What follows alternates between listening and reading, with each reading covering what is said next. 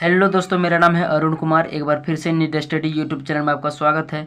जैसा कि मैंने पिछले ही वीडियो में बताया था कि मैं इस चैनल में बीए से संबंधित सारे नोट्स को उपलब्ध करवा दूंगा। आज हम लोग BA first year semester 2 geography honours core 4 का वेरी इंपॉर्टेंट क्वेश्चन देखने वाले हैं। ठीक है, तो वीडियो को स्किप नहीं कीजिएगा। तो चलते जल्दी से वीडियो को स्टार्ट करते हैं। आज का प्रश्न है, प्रवाल भित्तियाँ क्या है, इनके विकास के लिए अनुकूल भौगोलिक अवस्थाएं बताएं, उनके प्रकार भी स्पष्ट कीजिए। तो चलते हैं जल्दी से, इसका उत्तर देख लेते हैं हम लोग।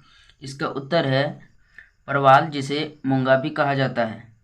प्रवाल अर्थात प्रवाल को मूंगा भी कहते हैं। ठीक है, प्रवाल सिलेंट्रेट्रा वर्ग का एक समुद्री जीव है। ठीक है, मतलब प्रवाल एक तरह का समुद्री जीव है जिसे अंग्रेजी में कोरल कहा जाता है।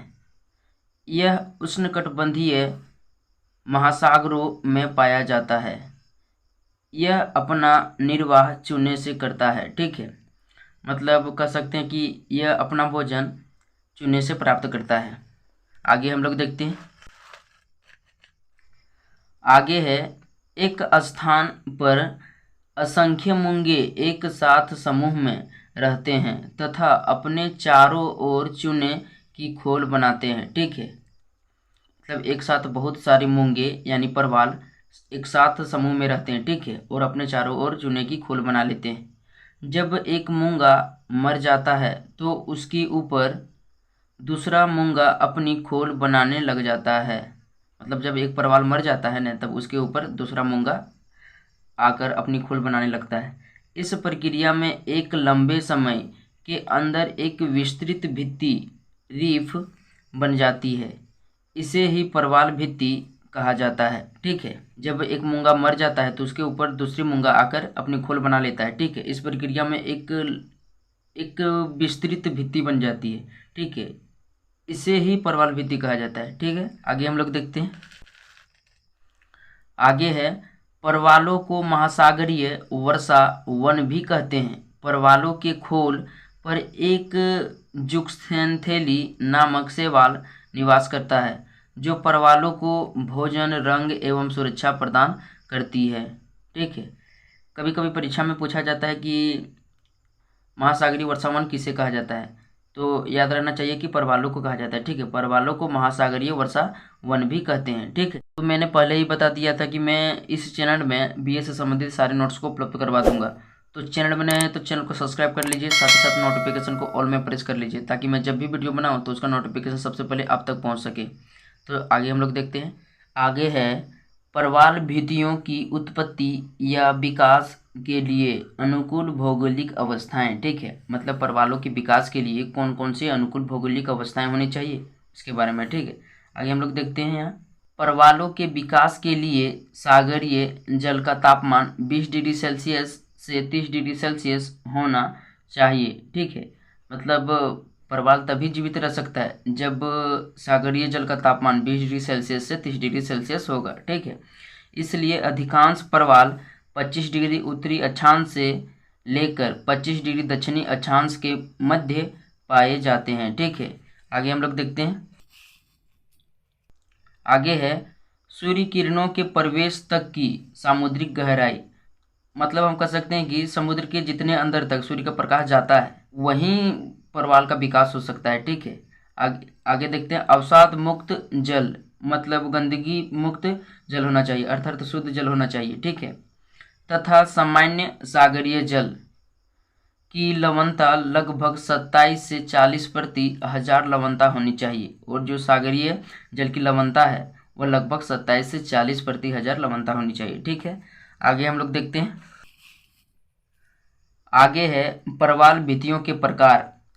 पहला परवाल भित्तियों का प्रकार में पहला है तटीय परवाल भित्ति। द्वीप या महाद्वीप के किनारे निर्मित होने वाले परवाल भित्ति को तटीय परवाल भित्ति कहते हैं। इसे अंग्रेजी में फ्रिंगिंग रीफ कहा जाता है।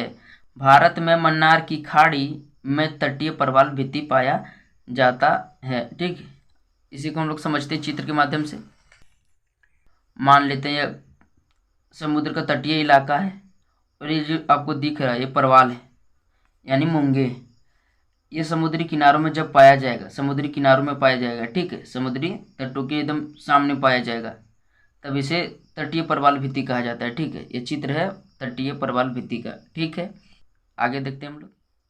आगे है अवरोधक प्रवाल भित्ति, ठीक है। तो देखते हैं हम लोग, समुद्र तट के कुछ दूरी पर स्थित प्रवाल भित्ति को अवरोधक प्रवाल भित्ति, बैरियर रीफ कहते हैं, ठीक है।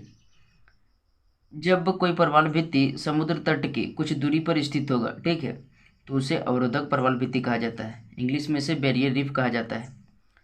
यह सभी प्रकार के भित्तियों से अधिक लंबी, चौड़ी तथा ऊंची होती है।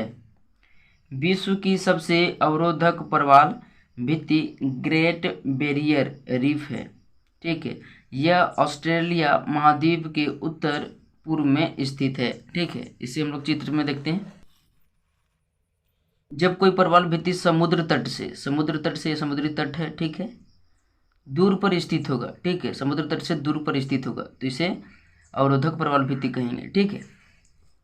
आगे हम लोग देखते हैं तीसरे नंबर में। आगे 3 नंबर में है प्रवाल वलय या एटोल। ऐसी प्रवाल भित्ति जो किसी द्वीप या जलमग्न पठारों के चारों ओर अंडाकार रूप में पाई जाती है, उसे प्रवाल वलय कहा जाता है, ठीक है। यह प्रवाल वलय घोड़े की नाल या अंगूठी के समान दिखती है, इसलिए इसे एटोल भी कहा जाता है, ठीक है।